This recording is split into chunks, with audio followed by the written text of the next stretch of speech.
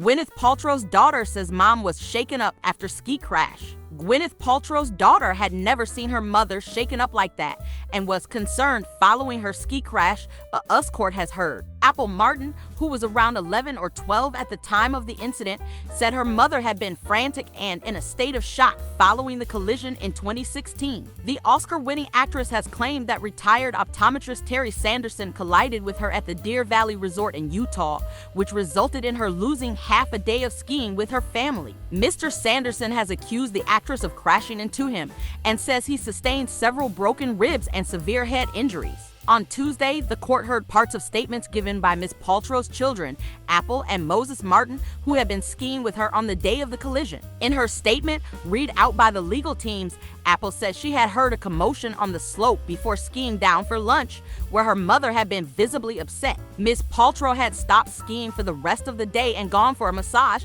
The court heard, "My mother told us what happened. She came in and I noticed she looked a bit shocked.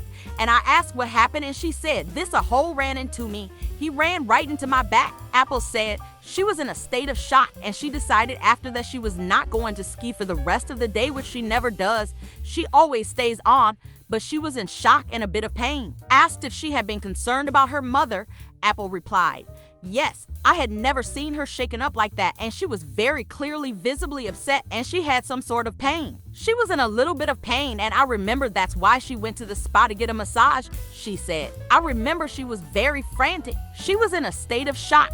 She was very upset." Moses, who was 9 at the time of the incident, said he recalled seeing his mother on the ground for a while and heard her swearing at Mr. Sanderson. "I saw my mother and a person behind her who had crashed." His statement, also read by the legal teams, said, "I was standing around and I realized it was my mother when I skied over. I heard my mom yelling at the guy. She was saying something along the lines of 'what the F word.'" Asked if his mother had got up after the collision, Moses answered, "Yes, but not for a while, to minutes." Moses added that his instructor, Eric Christensen, was not at all angry and not yelling, as has previously been claimed during the trial. Asked why he remembered this, Moses responded, "Because I remember him addressing the situation very calmly. He tried to find out what was going on and how he could help people. He tried to get everyone out of the situation safely." Earlier on Tuesday, the court heard that Ms. Paltrow's version of events were consistent with the laws of physics. Jurors were given a short physics lesson by biomechanical engineer Dr. Irving Scher,